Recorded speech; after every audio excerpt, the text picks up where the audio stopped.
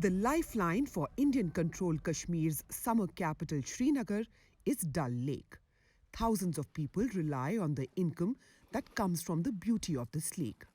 The suicide attack on a convoy of Indian paramilitary forces last month did not start tensions between India and Pakistan, but it did sharply escalate them.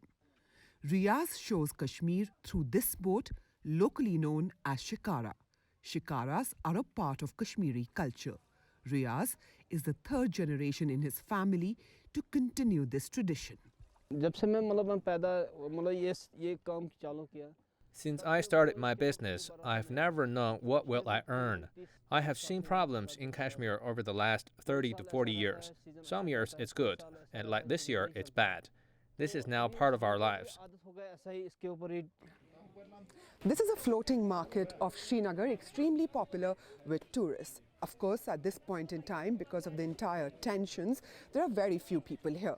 For people like Riaz, who have been working here for generations, by now, they are pessimistic.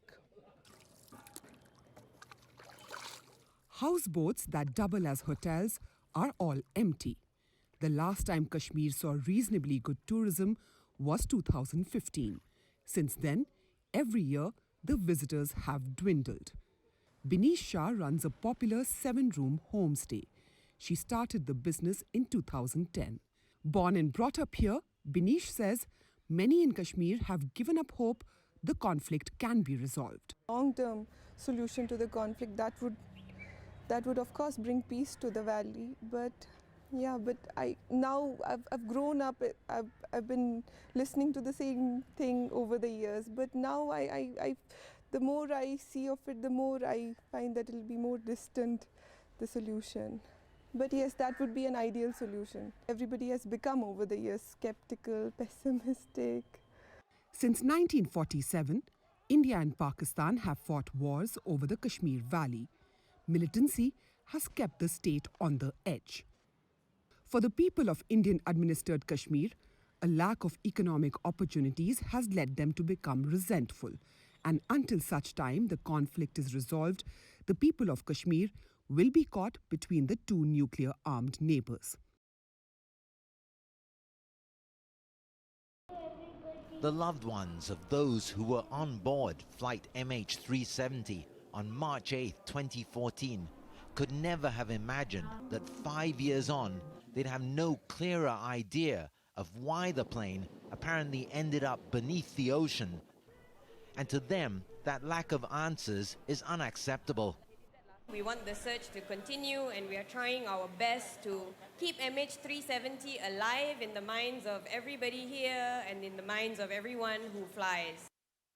As the families gathered this time last year, they had hope that the plane's fuselage and black boxes, and with them some answers, might soon be found, with private US firm Ocean Infinity still searching the seabed. But that search ended last June, and with no more searches planned, a handful of pieces of debris that washed up on Indian Ocean coasts are the only physical evidence of the plane's fate. Wreckage confirmed to be from MH370 and provided by the Malaysian authorities was displayed at the 5th anniversary remembrance event. That is the most famous question. Have you moved on? And I ask you, without an answer, how does anybody move on? You want to fly safe. So in order to find the plane, we will know what happened and make sure that it doesn't happen again. Ocean Infinity announced that they are willing to resume their search on the basis, once again, that they are only paid if they find the plane. And the next of kin are pleading with the Malaysian government to take up the offer in the hopes that the mystery of why their loved ones disappeared can finally be resolved. Joshua Cole is a childhood cancer survivor. He's now 12 years old. 6 years ago, he was diagnosed with cancer. When he was first diagnosed, it's like a shocking news for us, and we didn't hide the truth from him. We just told him the bare facts that he actually had cancer, and he was just 6 years old, turning 7 at the time. And he sort of understood in a way. He can see that we were very sad. It must be something horrible. Before his diagnosis, Cole was an active young boy who played basketball every day. Although he's currently in remission, which means there are no traces of cancer cells in his body, the treatment has weakened him.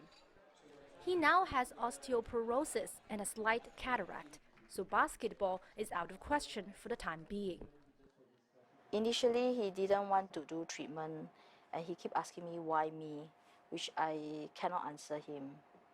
So I feel very sad. I just told him that it's either he wants to get himself cured or we have to go the other way.